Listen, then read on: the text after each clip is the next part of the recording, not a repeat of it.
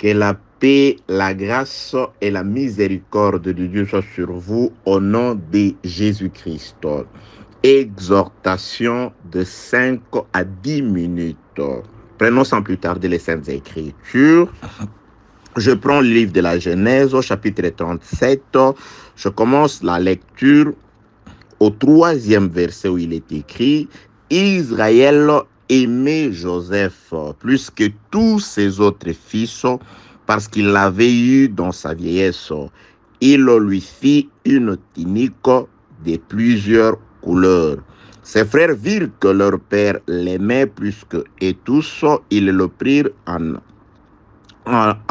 haine et ils ne pouvaient lui parler avec amitié. Que la paix, la grâce et la miséricorde de Dieu soient avec vous au nom de Jésus-Christ. Nous sommes en train de poursuivre dans cette série d'exhortations intitulée « De quelle espèce de vêtements es-tu vêtu ?»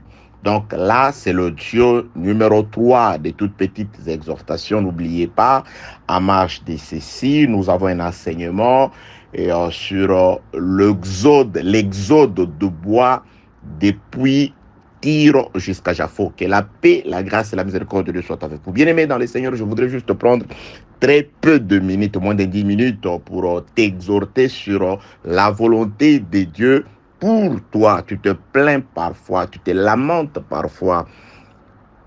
Et il se passe très souvent que dans nos lamentations, nous oublions aussi notre part de responsabilité dans beaucoup de choses qui nous arrivent. C'est pourquoi Dieu m'a mis à cœur et à l'esprit de pouvoir nous interpeller, à moi y compris, et te rappeler que tu dois d'abord te regarder toi-même par rapport à comment tu es, comment tu vis, avant de pouvoir accuser les autres ou te plaindre devant les seigneurs. Que la paix, la grâce, la miséricorde, l'amour, l'assistance, la protection et la lumière du Saint-Esprit soient votre partage dans le nom glorieux, magnifique et puissant de notre Seigneur Jésus-Christ.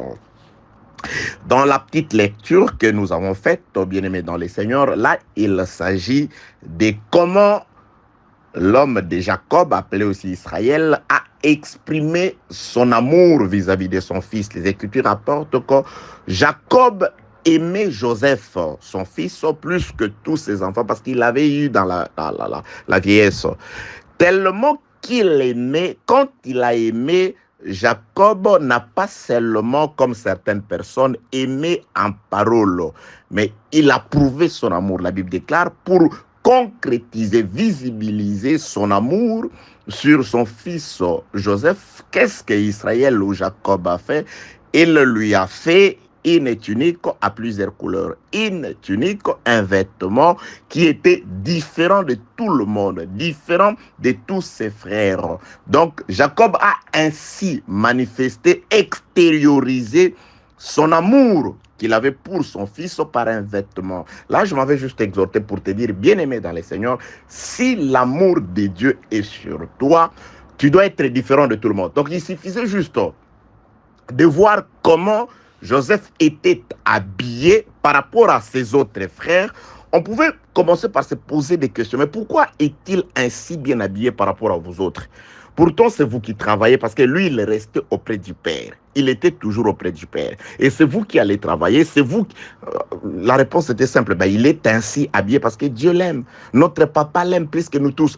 L'amour de Dieu sur chacun de nous doit marquer la différence, bien aimé dans les Seigneurs. Et une différence extérieure. Tu ne dois pas seulement dire, voilà, Dieu m'aime. Oui, si Dieu t'aime, tu dois être différent de tout le monde. Dans tes vêtements, c'est-à-dire dans la vie extérieure, dans ta manière de vivre, dans ta manière de parler, dans ta manière d'agir. La différence, nous devons d'abord la manifester là où nous sommes par rapport à notre vie, à notre comportement. Vous voyez, Joseph ne pouvait pas crier haut son amour, l'amour du Père sur lui. Il pouvait le dire, mais cela était prouvé par son vêtement qui était différent de tout le monde. Donc, si Dieu t'aime, si l'amour de Dieu est sur toi, Dieu va marquer la différence. C'est-à-dire, Dieu va faire que tu aies une vie différente. Dieu va faire que tu aies un comportement différent. Dieu va faire que tu sois différent de tout le monde. Que tu sois les modèles là où tu es, afin que s'accomplissent les paroles de notre Seigneur Jésus-Christ qui déclare que nous sommes la lumière du monde. Nous sommes les sels de la la terre. C'est nous qui donnons les goûts au monde. C'est nous qui indiquons le chemin au monde. Nous sommes la boussole du monde. Nous sommes les GPS, le GPS du monde. C'est grâce à nous que le monde va connaître la sagesse infiniment variée de Dieu. C'est à nous que le monde doit demander conseil. C'est nous que le monde doit copier. Ce n'est pas à nous de copier le monde. Que la paix de Dieu soit avec vous. Donc, l'amour de Jacob sur son fils Joseph a été matérialisé, visibilisé, concrétisé par un vêtement différent de tout le monde. Si Dieu t'aime, c'est qu'il doit te donner un vêtement différent. Il doit te donner un enseignement exemplaire, différent, une vie différente, un comportement très différent du monde, de manière à ce que tu puisses être les modèles, de manière à ce que tu puisses être celui que le monde copie. Car Jésus-Christ déclare, nous avons deux espèces ou deux catégories de trésors. L'homme bon, il tire des bonnes choses de son bon trésor. Et l'homme méchant aussi, le méchant, il tire aussi des mauvaises choses de son mauvais trésor. Si tu es bon, c'est que Dieu en toi a mis un bon trésor. Tu ne pourras jamais dire, je suis devenu méchant parce que tel et tel événement m'est arrivé. Parce qu'à cause du monde, tu ne diras jamais que l'homme n'est bon, le monde le rend mauvais. Injuste, il reste juste. Daniel restera juste même à Babylone. Il ne peut pas copier les habitudes de Babylone parce que la justice est en lui. Que la paix, la grâce et la miséricorde de Dieu soient avec vous au nom de Jésus-Christ. Notre vêtement demeurera toujours différent de tout le monde parce que c'est l'expression de l'amour de Dieu. Notre comportement ne pourra pas être influencé par les circonstances du monde. Un juste ne change pas parce qu'il a subi des injustices du monde, parce qu'il a été victime de la méchanceté, il devient méchant. Non, c'est des méchants qui doivent nous copier. On ne doit pas copier les méchants. On ne doit pas justifier la méchanceté par le fait qu'on a été, je ne sais pas, victime de la part de méchants. C'est pourquoi on est devenu méchant. Non, nous naissons justes, nous grandissons justes et nous mourrons justes. Ce sont des méchants qui peuvent faire comme s'ils sont justes. Au moment opportun, ils vont rejoindre leur vrai monde. Notre monde est un monde de justice, un monde de paix, un monde de grâce, un monde de miséricorde. On restera des hommes de paix, des hommes de grâce et des hommes de miséricorde. Advienne que pourra, quel que soit ce que nous rencontrons sur les chemins, les habitudes et les circonstances ne nous transformeront jamais. Mais Dieu nous a donné la capacité de pouvoir transformer le monde. Dieu nous a donné la capacité de pouvoir éclairer le monde. Dieu nous a donné la capacité de pouvoir illuminer le monde. Que la paix, la grâce, la miséricorde, l'amour, l'assistance de Dieu soit avec vous. Je voudrais, bien aimé dans le Seigneur, t'exhorter aujourd'hui de pouvoir conserver un vêtement différent de tout le monde. De quelle espèce de vêtement es-tu vêtu? C'est un vêtement comme tout le monde. Quelle est la vie que tu mènes? Toi qui te dis serviteur de Dieu, toi qui te dis enfant de Dieu, toi qui te dis servante du Seigneur, serviteur du Seigneur. C'est quoi? Qu'est-ce qu'on peut dire de toi là où tu vis? Qu'est-ce que les gens qui vivent avec toi peuvent témoigner?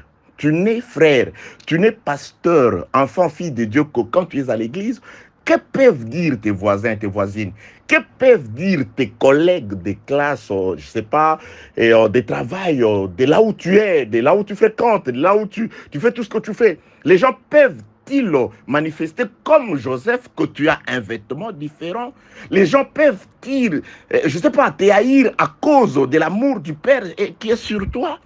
Que la paix, la grâce et la miséricorde de Dieu soient avec vous. Bien-aimé, je finirai par te donner un exemple. Avant la mort et la résurrection de Lazare, il était comme tout le monde. Mais les Écritures rapportent, lorsque Lazare était mort et que Jésus-Christ avait ressuscité, les gens allaient non seulement chercher Jésus, mais ils voulaient aussi voir Lazare que Jésus-Christ avait ressuscité. Parce que Lazare était mort et il était ressuscité, les gens cherchaient à le voir. Et plusieurs personnes qui voyaient Lazare croyaient en Dieu. Par le fait que Lazare était mort et ressuscité, il était devenu un sujet d'appeler les gens au Seigneur. Donc il ne suffisait pas de voir seulement Jésus, mais Lazare était devenu la preuve de la mort et de la résurrection. Si nous sommes morts quant à la chair et que nous sommes ressuscités quant à l'esprit, nous devons attirer le monde vers nous. Et ceux qui nous voient doivent croire en Jésus. C'est pourquoi les Juifs avaient résolu non seulement de tuer Jésus, de tuer aussi Lazare, parce que par Lazare, les gens venaient à Jésus. Bien aimé, la résurrection de Jésus-Christ se manifestant en nous, nous devons être de ceux qui attirent comme des aimants, de ceux qui amènent les gens vers Jésus-Christ. Notre modèle de vivre, notre manière d'être, parce que nous sommes morts et ressuscités par le Seigneur comme Lazare. Laisse que la paix, la grâce et la miséricorde de Dieu soient avec vous au nom de Jésus. Gardez vos vêtements, des vêtements comme Joseph qui soient différents, qui manifestent la différence. Il ne suffit pas de crier que Dieu t'aime, que tu as la parole, que tu es un enfant de Dieu, mais laisse que les gens voient par tes vêtements que Dieu t'aime, que l'amour de Dieu sur toi, paix, grâce, miséricorde, amour, assistance, protection de Dieu sur vous au nom de Jésus. Que tout ce qui te tracasse puisse te quitter au nom de Jésus. Que la maladie qui te tracasse puisse te quitter, sortir de toi au nom de Jésus. Que la paix de Dieu remplisse ta vie au nom de Jésus-Christ. Amen.